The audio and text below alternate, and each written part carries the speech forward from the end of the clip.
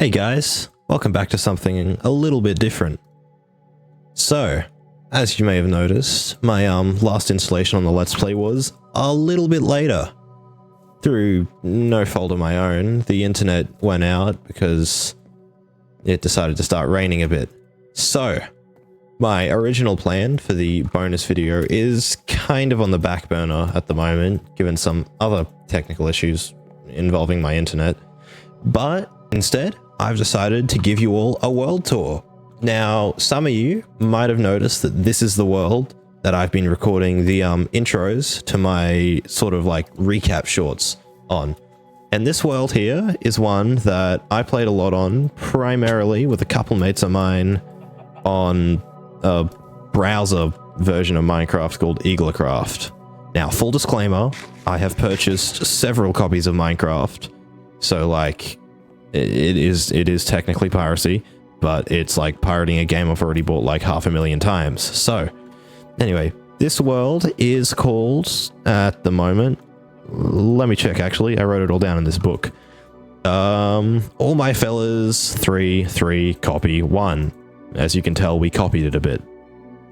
So yeah, book world was created in early February 2024 by me, with significant contributions by my friend, Demo Pleb V1, and Sparrow.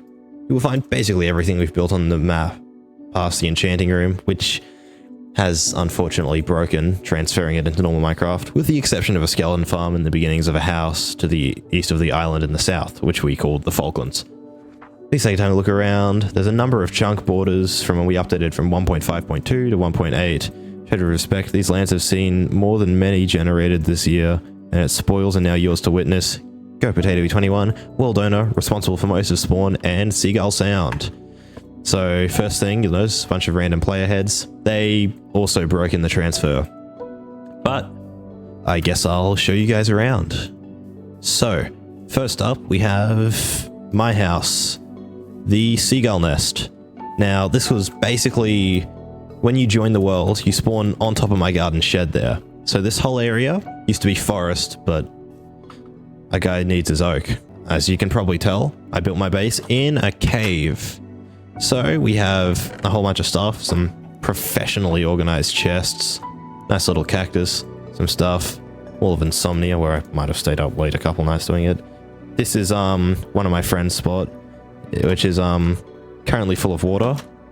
Down there's a mine, which was named with all the cultural sensitivity of a whole bunch of 17-year-olds, so I probably might not show the name of the mine. So here we have, this is my bed, down here's my valuables chest, bunch of custom busted skulls, stuff I thought's important, you know, random diamond swords and enchanted stone swords and stuff, usual graffiti that I put there, more random stuff, my ender chest, which I basically ended up using like a shulker box. At one point I was gonna try and make people pay to enchant stuff here. So we've got a full enchanting, more random things. You guys know how it is. In here is my map room, which, like I said, broke, but I'll see if I can find a screenshot of this back when it worked, because it was pretty fancy. And down here, I basically just like started digging a tunnel into one of my friend's bases that he never finished. So yeah, this is my friend's basement. We'll get there in a bit. But, yeah, that's pretty much my house. Except for up here, which is basically, this was originally just a sort of watchtower, but ended up connecting into another one of my friend's houses, who thinks I'm a hot landlord, I guess. I don't know. So yeah, this was his place, which I built, but he sort of moved into, hence the whole landlord shtick. Yeah, I guess I'll go show you guys the strip mine now. Okay, so I'm not going to show you guys the name of the mine because I don't think you guys would appreciate it, to be honest. But as you can see down here, we did have a minecart track running for a while, but it just was more trouble than it was worth, so I tore it up. Basically, I'm fairly lenient with the definition of a strip mine. This is where I got most of my stuff. Plenty of cobblestone, plenty of redstone, you know, the usual things. Some more down there, some extra stuff. But through here is an area I like to call the kiln. Now, as you might be able to tell, I decided to harness the power of lava as a fuel source, and decided that I wanted to build out of bricks a lot, which you probably would have seen. So we have a number of furnaces. No clue why all that's in there. And yeah, we just drained that lava lake for fuel. And that's about everything is to show up here. So now we'll move on to up the hill. Okay, and here we are at the top of the hill. So you'll notice this string of redstone here. This was one of my friends. We decided for when we hit day 365, because this world lasted maybe about 500 days of proper playtime. He wanted to set off some fireworks, but we were too broke, so we just blew that up instead. This got blown up a long time ago. Don't ask what that was before. Like I said, we were just a bunch of teenagers messing around. Yeah, down here is another one of my friends' bases, which I helped design, but this was ultimately theirs. So yeah, not bad. Like I said, nothing here is incredibly impressive, but I like it. It feels like an old survival world. And through here, we have a whole bunch of... This was one of my friends decided to start selling some stuff, and also had wheat. Food was in pretty short supply early on, so my friend decided to start selling it to us. Ever the entrepreneur. And up here was his main base, which he just sort of like logged off one day, and when he logged back on, didn't want to finish it. Oh yeah, also I named my bow AR-23 Liberator because I like Helldivers. Let me know if you guys like Helldivers too. I'd make Helldivers footage, but it's probably a bit above the age target for this one. And my sword is, of course, a really cool stick. But yeah, he did a pretty good job. Hit his valuables down here. Down here's the basement where I think at one point he was experimenting with some duplication glitches, and he had a nether portal. But because of the version we were running on, the nether was super laggy for the longest time, so it just wasn't worth it going to the nether. And yeah, unfortunately, he never finished this, and everything's very concentrated and looks concentrated, but keep in mind, we were playing with like 5 chunk render distances, so this was all a lot closer together. This was, well, I just got bored one day and decided to lava cast, and one of my friends made his house up there. In here, this was just like a house I built for fun. Yeah. This room is actually kind of loosely inspired off my real life bedroom. Fun fact. So, if you guys want to know where I sleep at night, this is your safest assumption. Just assume, see, look, sleeping here now. I don't know why you guys would want to know where I sleep at night. But in case you ever did, here you are. And yes, I have a birch door, a ladder, and 10 fences in my room, I promise. But yeah, you know, it's nice. Kitchen, actually bothered using quartz, toggleable lights. Lovely. Down here, I wanted to challenge myself to use birch, and we'll go down there in a second. That's another thing I'm proud of. But yeah, I wasn't really one for interiors, this one.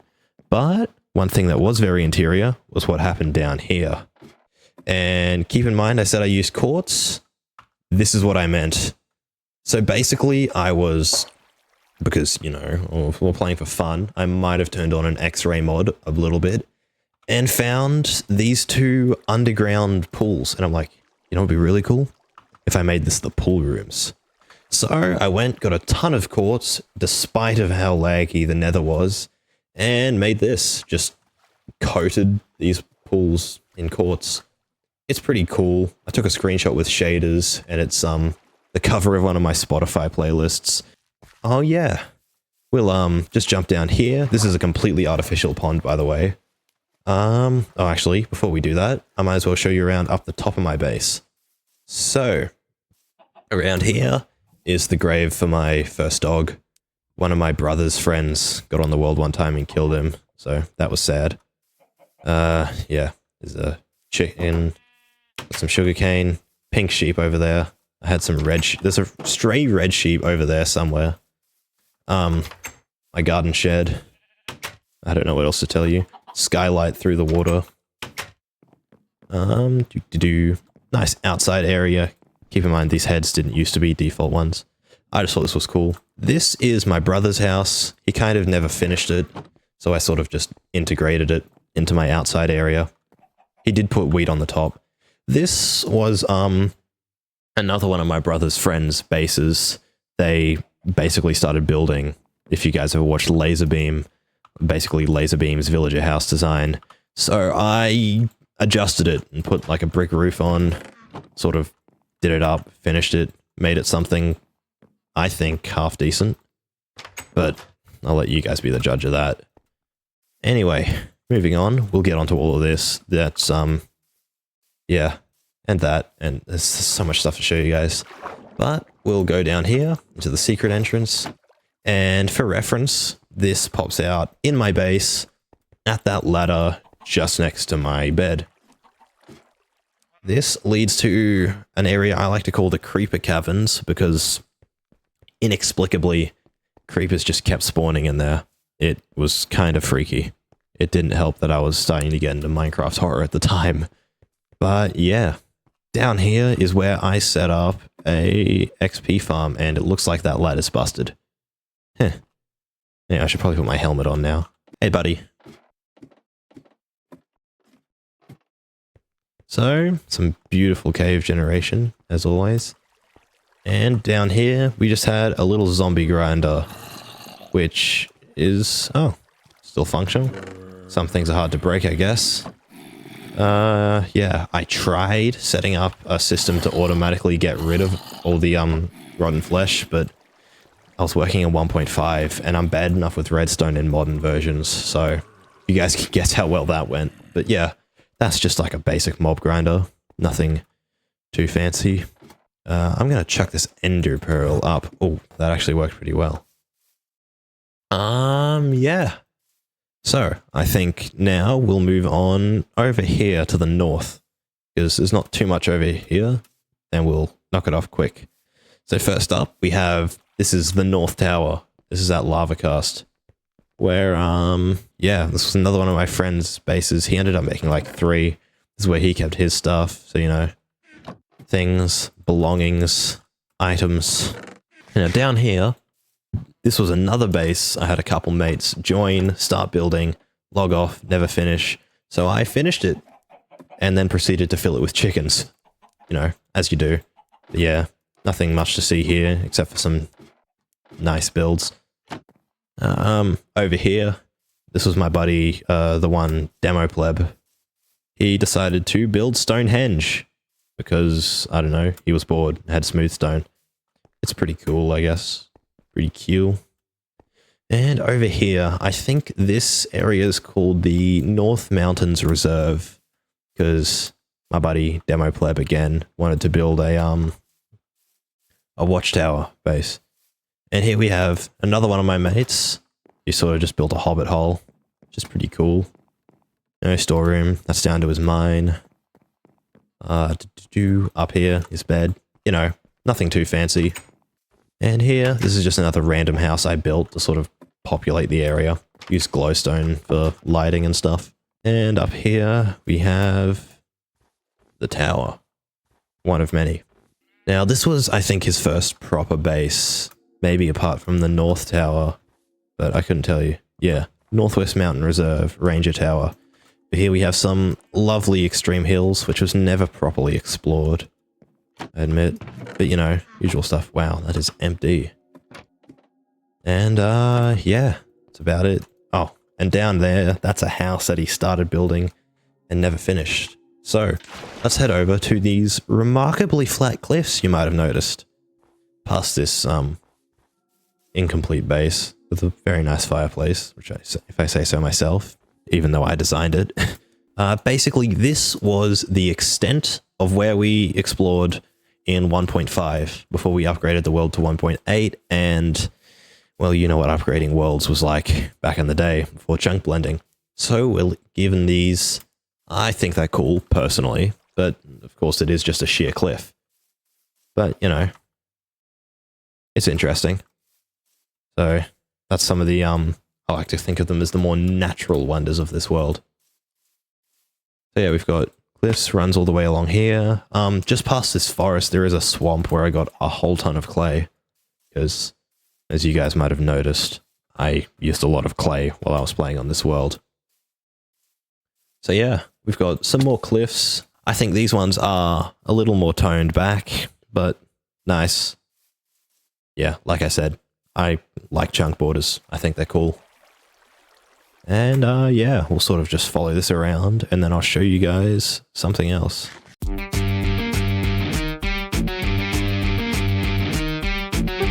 Yeah, as we approach back around, you can see there's actually a village over there, which was a pretty disappointing find, I'll be honest with you, and I'll show you why in a second. Somewhere around here, there was a single chunk of flower forest, which I thought was pretty cool. Basically, yeah, over here at this dirt pillar, there was like maybe 1 or 2 chunks of flower forests that had managed to sneak in on the edge of the land between where the ocean was always going to generate and that. So, yeah, pretty cool. I just think the way Minecraft breaks sometimes is almost as cool as the way it functions normally. There's so many just like tiny things I could go and find that aren't part of the main area. So yeah, here's our 2 villages and their village, which I will admit has a fairly unfortunate shape on a map, but you guys don't get to see that because the map broke. And, you know, my plan with that area was always to make it feel like a city. I think from afar I did, although maybe I went a bit overboard with the oak, but whatever. Yes, in case any of you are wondering, this well is a reference to the Andrew Gaming 67 series, which I am a big fan of. Yeah, this is sort of just like a statue of the face of this goofy stick figure character my friend came up with called Pleb that I absolutely adore. And down here, this was basically, so there's some history here. This cobblestone path originally led out to a place my friend had. This was Demo Pleb's first base called the Vault. Now he's done it all up to be ruined because he abandoned it. But basically, the function this served was essentially a bank of sorts. So yeah, he would live down here. There'd be an iron door there. Yeah. Emergency exit up into the ocean. I think, yeah, thanks for your deposit. Have a good day. All the way down here, we've ended up picking all the valuable stuff out of the design. But basically, you'd follow this cave down and, oi, authorized personnel only zombie, get out of here. And yeah, oh my days, it's still security. And I don't have a shield because this was pre-shields. But yeah, the vault, please proceed as directed. We just clear out the pests. And yeah, we have GSDT co. Yeah, this was about it. I guess that door's still here. It was a pretty nice place, but it was one of the first he moved out of. He did a lot of jumping around from base to base. But you know, he was like the main other guy that played on this world. And I think second after him was probably Sparrow, who was running the, whatchamacallit, that food shop I showed you and built that house. He did build and finish another house, but I'll show you guys that maybe a bit later. So, this area here, out on the ocean, I like to call Seagull Sound. It's not technically a sound, my friend suggested the name. Because, well, to cut a long story short, our friend group became known as the Seagulls. So, you know, it was sort of a whole thing. This is like a nice little undercover area. I remember seeing an area sort of like this in a shopping center and thought, it's kind of cool. So I built it. Some nice greenery, some nice, basically random houses. This one does have a underwater viewing area that I hooked up to. More of an underwater base that I built later on, which I'll show you guys in more detail as we continue. But, yeah, that's about it. Over here, we have these are the 2 founding oak cubes, like you guys would have seen me make on my Let's Play world. But yeah, basically from these sprung pretty much all the wood you see here. But first, let's move on to Mirage. Now this is as much of a pain to grind as it looks like. So, the story behind this is, back in the days when I was a wee little fella, I have these hazy memories of living in a base, like super old school, that was just brick and glass, like a tower up in like some old beta terrain. And I guess this was sort of an attempt to create a spiritual successor to that. So it's just brick and glass. There's a bit that goes under the water because I couldn't torment myself enough, I guess, because I didn't have sponges to drain all of this, which was fun. But yeah, this took a while, both to grind and to build, and it's probably not very fancy for that grind, but you know. And this is just, I wanted to do something underwater. Sort of in a way, I started listening to the BioShock audiobook, and that idea of just like building stuff out on the water and under the water. The game, it's very much not suitable for kids, but it's just such a nice aesthetic that, I don't know, maybe one day I'll be good enough to truly capture that in a build. But yeah, let's move on to the sound proper. Now, from a design perspective, I really wanted navigating this place to sort of feel like an urban maze kind of background. So yeah, here we have seagull sound, population 0, depth, who cares, North Settlement. Here's a pig, which you would have seen in the recap short intro too. Up here we have a lighthouse, which at the time that I built was the tallest thing in the sound. And then, you know, I built everything else. There's a weird drowned.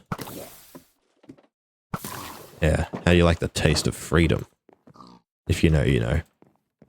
So yeah, this was a building that, well, I'm gonna say was meant to be under construction, which is basically code for I was too lazy to do anything with. Kind of like over here. I started building a building, realized I couldn't be bothered to finish it, and didn't. Made it look like it was meant to be unfinished, and that someone moved in. Down here's a minecart track over to what I call the Falklands, because yeah, there's a whole story there. But the story's all over the place in this one. It's just like another random building. Like I said, I wanted this to feel sort of maze-like and busy, but I'll let you decide how well I did that. So, moving on to the next building. This one, well, I don't have much to say here. Got an arch. It's about the closest I came to an interior wall. Creeper-shaped window. If we go up this staircase, it links into this tower, which you can then climb up, go into a building on top of there, which is empty. Links this tower to this tower, which will go down. And, yeah. For the record, basically all of these buildings are pretty much empty, with some exceptions, such as over here. This was basically an attempt to get some cheap hide, also to be able to build downwards a bit. So yeah, go through here, a bit of an elevated internal natural area, some light. Yeah. If we go up here, we have this area, smiley face window, and a bit of a different palette because I wanted to add something that wasn't just oak and oak on, so I did. Really cramped viewing area of over the vast expanse of the ocean. So, now some of the keen-eyed of you might have noticed, and to be honest, I don't actually know if it showed up in the recording, so you might be more keen-eyed than physics should allow, that there is actually a door back here, which leads into a whole other section of the base. So we'll start with over here, because it's the simplest. We go in here, we look up, and we lose all sense of direction, because I was never bothered to put an interior on here. These two buildings were some of the last things I made, though, so, you know. Dwindling world, you know how it goes. In here, there is probably more interior than there should be, because I basically ended up building like a prison. Now, keep in mind, I'm only going to show you this layer because it is literally the same all the way up. So we're going to skip straight to the top where I can show you the upper limits of these buildings. So we're on the top here. You can see there's sort of this thing going on. Keep in mind, I only had normal oak trapdoors to work with. So ideally, maybe spruce trapdoors would have been better there. But anyway, so here we are on the roof. Lovely views of the base. There's that red sheep I was talking about, by the way. Yeah, and if we go up here, this is the highest point in Seagull Sound. And close to the highest point in the whole world, actually, as far as builds go. Rivaled basically only by the North Tower. So, yeah. Now, I might finish recording this on a later day, or I might break this into some parts and we'll come back here later. So, until then, thank you all so much for watching, and until next time, have a good one.